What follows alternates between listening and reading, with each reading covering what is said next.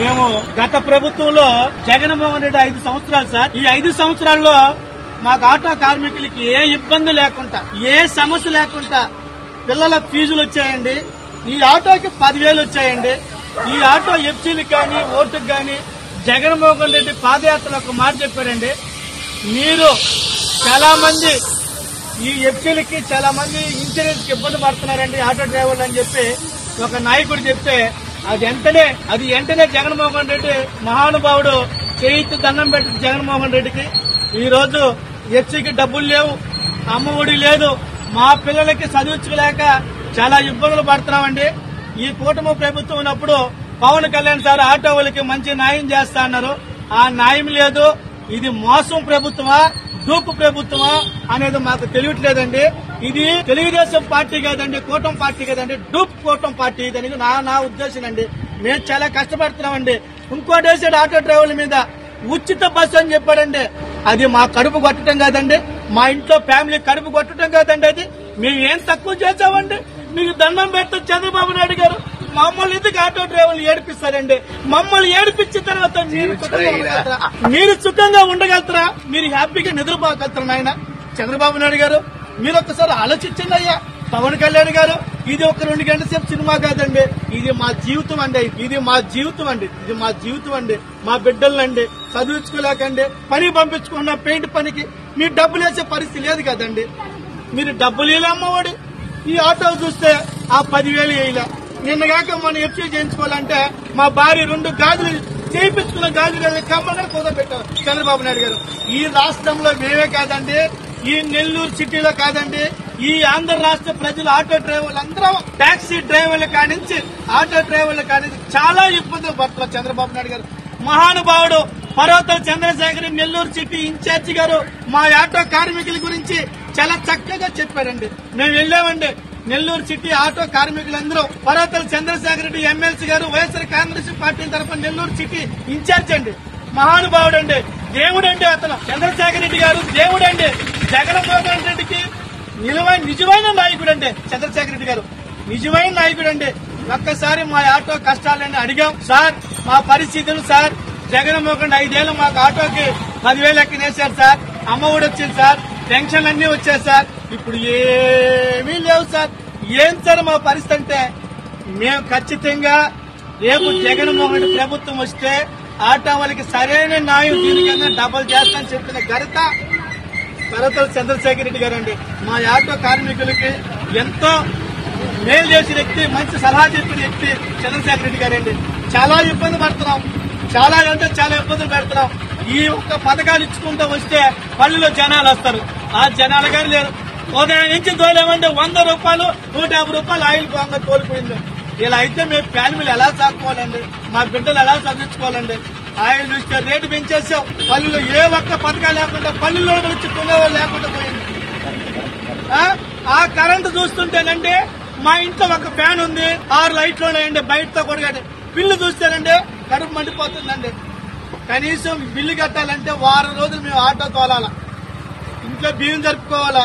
మేము చిన్న పేద కుటుంబాలండి, మేము కోటీశ్వరులు కాదండి. ఆటో డ్రైవర్లు ఆలోచించి తగవంత న్యాయం చేయండి. లేకపోతే మేము రాష్ట్రం మొత్తం అన్ని ఆటో కార్మికులే కాదు టాక్సీ డ్రైవర్లతో కూడా రాష్ట్రం అంతా ధర్నా చేసేందుకు త్వరలో మేమంతా నిర్ణయం చేసుకుంటాం. మా ఆటో యూనియన్లు కూడా మాట్లాడుకున్నాం, దీనికి సరైన నిర్ణయం కూడా తీసుకుంటామని చెప్పి మా ఆటో యూనియన్లు అన్ని పార్టీ నాయకులు మా నాయకులు గారు చెప్పడం జరిగింది. ఈ విషయం కూడా మా పర్వతల చంద్రశేఖర్ రెడ్డి ఎమ్మెల్సీ గారు నెల్లూరు సిటీ ఇన్ఛార్జ్ వైఎస్ఆర్ కాంగ్రెస్ పార్టీ అతను సార్ గారు చెప్పాం. ఆ సార్ గారు మా బాధలు విన్నారు. అన్ని సగల జగన్మోహన్ చెప్తా అన్నాడు, గొడవ ప్రభుత్వం గారు తీసుకోబోతుందని చెప్పి గట్టిగా చెప్పడం జరిగిందండి. ఆ రోజు 5 ఏళ్ళు రైతులు బ్రహ్మాండంగా ఉన్నారు, ఆనందంగా ఉన్నారు. సకాలం కాలంలో వర్షాలు పడటం కానీ, పంటలు పండటం కానీ, గిట్టుబాటు ధర ఇవ్వడం కానీ అన్నీ బ్రహ్మాండంగా ఉన్నాయి. దాంట్లో ఇబ్బంది లేదు. ఇవాళ అయితే పూర్తిగా నట్టపోయారు రైతులు.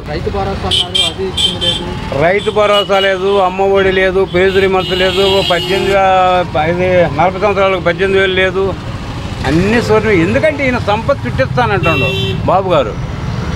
మరి ఎప్పుడు చుట్టిస్తాడో మనకి అర్థం కావట్లే. ఆ రోజు కూడా ఈయన పాపం పవన్ కళ్యాణ్ అన్న నాగబాబు అన్నాడు, ఎక్కడి నుంచో కారు వేసుకొని పోతా ఉంటే ఆ గుంతలో పడాక పాపం అల్లాడిపోయిందంట. నిన్న చూసిన నువ్వు వస్తావు నమ్మేవు నమ్మకపోయావు. నేను ఆటో వేసుకొని పోతుంటే ఏ రోడ్లో చూశానండి ఇక్కడ సార్. ఇక్కడ ఆటో నగరు సనత్ నగర్ పోయే రోడ్లు అసలు ఆ గుంతలో కానీ దిగితే నాగబాబు రాడు, కారులోంచి ఇక పవన్ కళ్యాణ్ రాడు. ఆ గుంతలో ఒకసారి చూడమను. మళ్ళీ విజయవాడ లోకల్ చీటే, ఎక్కడో పల్లెటూరు కాదు. మోకాట్లతో నేను వీడియో తీద్దాం అనుకున్నా కానీ ఆయన నాగబాబు గారు అన్నారు, ఓ అబ్బాయి జగన్మోహన్ రెడ్డి వేసిన రోడ్లు ఇవాళ బ్రహ్మాండంగా ఉన్నాయి. ఈ మరి వీళ్ళ రోడ్లు ఏంది మరి చెండాలంగా ఉన్నాయి ఎక్కడ పెడితే అక్కడ. అసలు వీళ్ళందరినీ రెడ్ బుక్ రాజ్యాంగం అంటే ఇప్పుడు మరి సనాతన ధర్మం పాటిస్తానని చెప్పిన పవన్ కళ్యాణ్ నిడిపోయిండు. అయ్యా మీరు అరెస్ట్ చేయడం కరెక్ట్ కాదు, వాళ్ళ లోపల పెట్టడం ఇబ్బందికరం అవుతుంది. రేపు పొద్దుగాల మనం పోయి ఓట్లు అడగాలంటే మనకు ముఖం ఎలా చెల్లుతుంది అని సనాతన ధర్మం చెప్పిన పవన్ కళ్యాణ్ నిడిపోయిండు. మరి అబ్బా కొడుకు చెప్పొచ్చుగా, చిన్నబాబుకి పెద్దబాబుకి, అయ్యా వాళ్ళని అరెస్ట్ చేయకాకండి, ఇదేదో ఉంటే నేను గడిస్తాను, రేపు నెక్స్ట్ మనం ఇబ్బంది పడిపోతాం, వాళ్ళు అరెస్ట్ చేసి వాళ్ళు లోపల దిగితే అని చెప్పొచ్చుగా పవన్ కళ్యాణ్ చెప్పడు. మద్యపానంతో నిషేధించి జనాలు పొట్ట కొట్టావు జగన్మోహన్ రెడ్డి అన్నాడు. అది ఒక్కటి తెలుసు. ఇవాళ ఏం కొడుతుంది చూడమను, ఒక్కో సాపుకాడికి రమ్మను. పవన్ కళ్యాణ్ 30 మంది చూపిస్తా పండుకొని అడ్డం పడిపోతున్నారు. ఎవడు పొట్ల కొట్టిండు? జగన్మోహన్ రెడ్డి ఉన్నప్పుడు కోట తీసుకొని గుద్ద మూసుకొని పోయి ఇంట్లో వేసుకుంటాడు. ఇవాళ సాపుకాడిని తాగుతా ఉన్నారు. ఎవరు ఆ బ్రహ్మాండమైన మందు, అదే మందు ఈరోజు కూడా అమ్ముతారా మరి వీళ్ళు కూటమి ప్రభుత్వం. అదే బాటలు నేను తీసుకొచ్చిస్తారా చూపిస్తారా మీ మీడియా వాళ్ళకి? నేను రోజు తాగుతాను జగన్మోహన్ రెడ్డి ముందు ఇవాళ అమ్ముతారు. మాయ, మోసం, బురిడి, దగ. వీళ్ళు ఏంది అనుకుంటున్నారు, వరుస పెట్టి లాగిస్తే పోతుంది అని వీళ్ళు పవన్ కళ్యాణ్, చిన్నబాబు, పెద్దబాబు అనుకుంటున్నారు. రాడు కాదు, జగన్మోహన్ రెడ్డికి లేచింది అనుకో ఇబ్బంది పడతారు టీడీపీలు మాత్రం రేపు. ఏంటి జగన్మోహన్ రెడ్డి ఈసారి మేము వస్తాం, సినిమా చూపిస్తాము, వేరే లెవెల్లో ఉంటుందని చెప్పేసి కూడా వ్యాఖ్యలు చేస్తున్నారు. ఏంటంటారు? అది వాస్తవాలు జరుగుతాయి. మోడీ నీకు ఒకసారి అవకాశం ఇస్తాడు. మోడీ చంద్రబాబు చుట్టం కాదు, జగన్మోహన్ రెడ్డి చుట్టం కాదు. ఆయన ప్రధాని, ఈడికోసారి వేస్తాడు, వాడికోసారి వేస్తాడు మోడీ. అందుకని రేపు వీళ్ళు చుక్కలు చూపిస్తారు.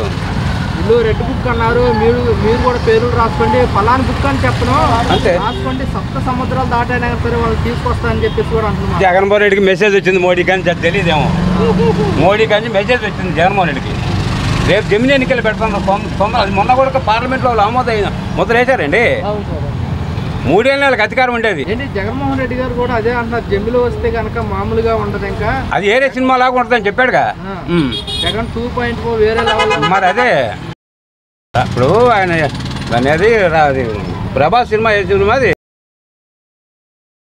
బాహుబలి 2 అట్లా ఉంటుంది అనమాట ఈ తడవ. అంతేగాని వీళ్ళకి ఏమి ఉండదు. అవన్నీ వీళ్ళకే వీళ్ళు తప్పు చేసుకుంటున్నారు. ఇప్పుడు ఖచ్చితంగా ఇప్పుడు నువ్వు ఉన్నావు అబ్బా, నువ్వు తప్పు చేసావు, నేను తప్పు చేయకూడదుగా. అప్పుడు నీకు నాకు తేడా ఏమో తప్పు చేస్తే.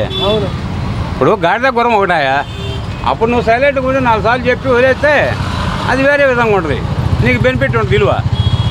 అది లెక్క.